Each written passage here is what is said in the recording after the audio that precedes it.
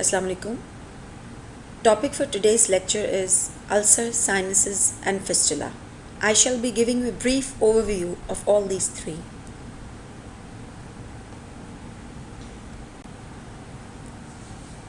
Ulcer is the break in the continuity of the covering epithelium, either skin or mucous membrane, due to the molecular death. Ulcer has four parts. Margin, which may be regular or irregular, may be rounded or oval. Ulcer has an edge. Edge is the one which connects the floor of the ulcer to the margin. Now what is floor? Floor may contain discharge, granulation tissue or slough. Well, the base of the ulcer, it can be bone or soft tissue. This is a picture showing 3 out of the 4 parts of an ulcer. You can see over here, margin is the border or transitional zone of the skin around an ulcer, while edge is the mode of union between the floor and the margin of the ulcer. And floor itself is the exposed surface of the ulcer that we are looking at. Edge of an ulcer is a very good indicator of the underlying disease. Sloping edge means the ulcer is healing. Undermined edge shows tuberculous or syphilitic ulcer. Punched out edge, it shows trophic ulcers. Raised and beaded edge means basal cell carcinoma. Everted edge, it means carcinomatous or malignant ulcer.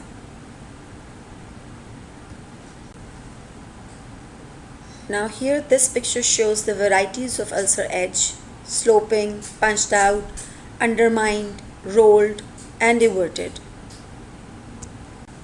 Now how do we classify ulcers? We have a clinical classification and we have a classification based on duration.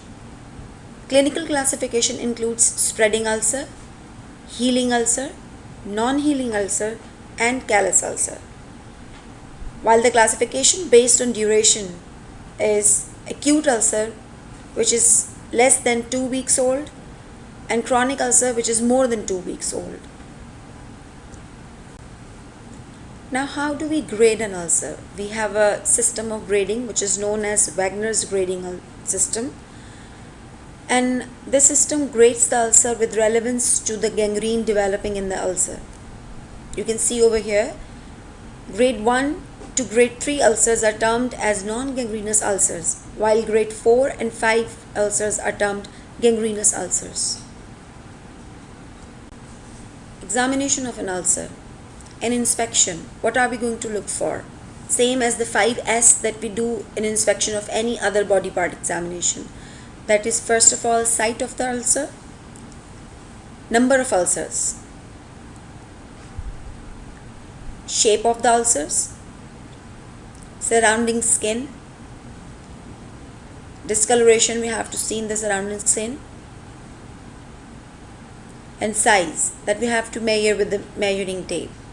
Then comes the palpation. We palpate the base of the ulcer, the margins of the ulcer and the skin surrounding the ulcer.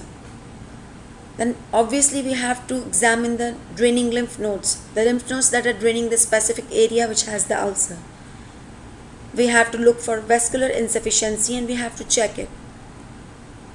We have to see the functions of the corresponding joints. We have to look for any nerve lesions and the systemic examination, of course. Investigations for an ulcer. Study of the discharge, which can be culture and sensitivity or cytology, wedge biopsy. We may require an X-ray of the part to look for periostitis or osteomyelitis, and fine needle aspiration cytology of the enlarged lymph node. How do we manage an ulcer? We have to identify the cause and we have to treat the cause. Correction of anemia, correct vitamin deficiencies, improve patient's diet, control of pain. We have to control the spread of infection that by debridement, dressings which can be vacuum assisted or use-hole dressings, rest, immobilization of that affected part, and of course elevation to reduce the edema.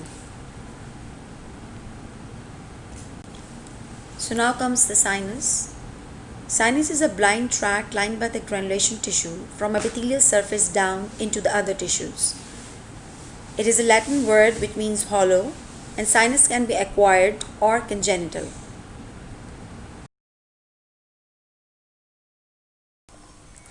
Now comes the examination and investigations of sinus. It is the same as of ulcers, that is inspection. We have to see the site, number of openings, size, surrounding tissues and surrounding skin. In palpation, we look for tenderness, edema of the involved and surrounding skin. And then comes the study of discharge, which can be culture insensitivity or cytology. Then we go for a sinogram and an ultrasound. In management of a sinus, we have to identify and treat the cause.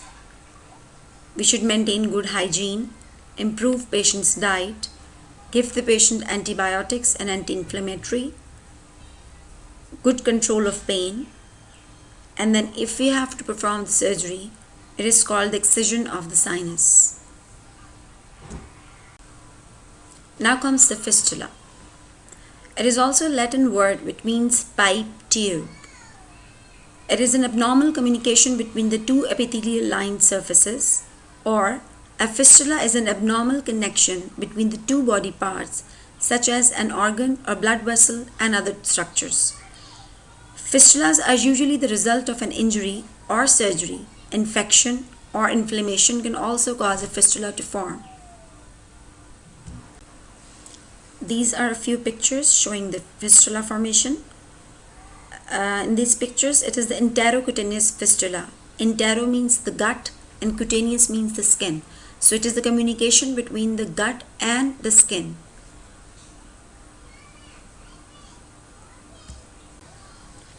A fistula can be acquired or it can be congenital.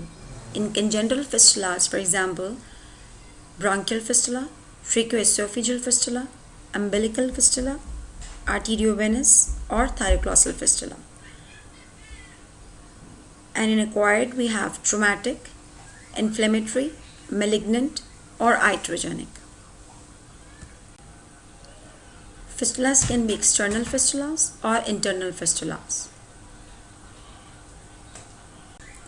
Causes of persistence of fistula or sinus: presence of a foreign body, presence of necrotic tissue underneath, insufficient or non-dependent drainage, distal obstruction, that is fecal biliary fistula, persistent drainage like urine, feces or cerebrospinal fluid, epithelialization, malignancy, irradiation, dense fibrosis or drugs such as steroids. In examination of fistula, first of all comes the inspection. We have to look for number of fistulas, number of openings, surrounding area, any discharge noted. Palpation, look for any temperature difference, tenderness, discharge in duration, fixity, palpation at deeper plane. In investigations, we need complete blood count, discharge for culture sensitivity and gram staining, X-ray of the part, MRI, biopsy, CT sinogram or fistulography. We have to see the communication between the two cavities and we have to make sure where the fistula is leading to. The treatment of fistula follows the same basic principles as I have described before. We have to give the patient adequate rest. We have to give the patient good and strong antibiotics. And when surgery is to be performed, we have to make sure that we are doing adequate excision and adequate drainage is being provided. The surgeries that we usually perform are fistulectomy, that is, we remove the whole of the tract, and fistulotomy. Fistulotomy means laying open of the cavity or the tract, and fistulectomy means removal of the whole tract. Please feel free to ask any questions if you have regarding ulcer, sinus and fistula.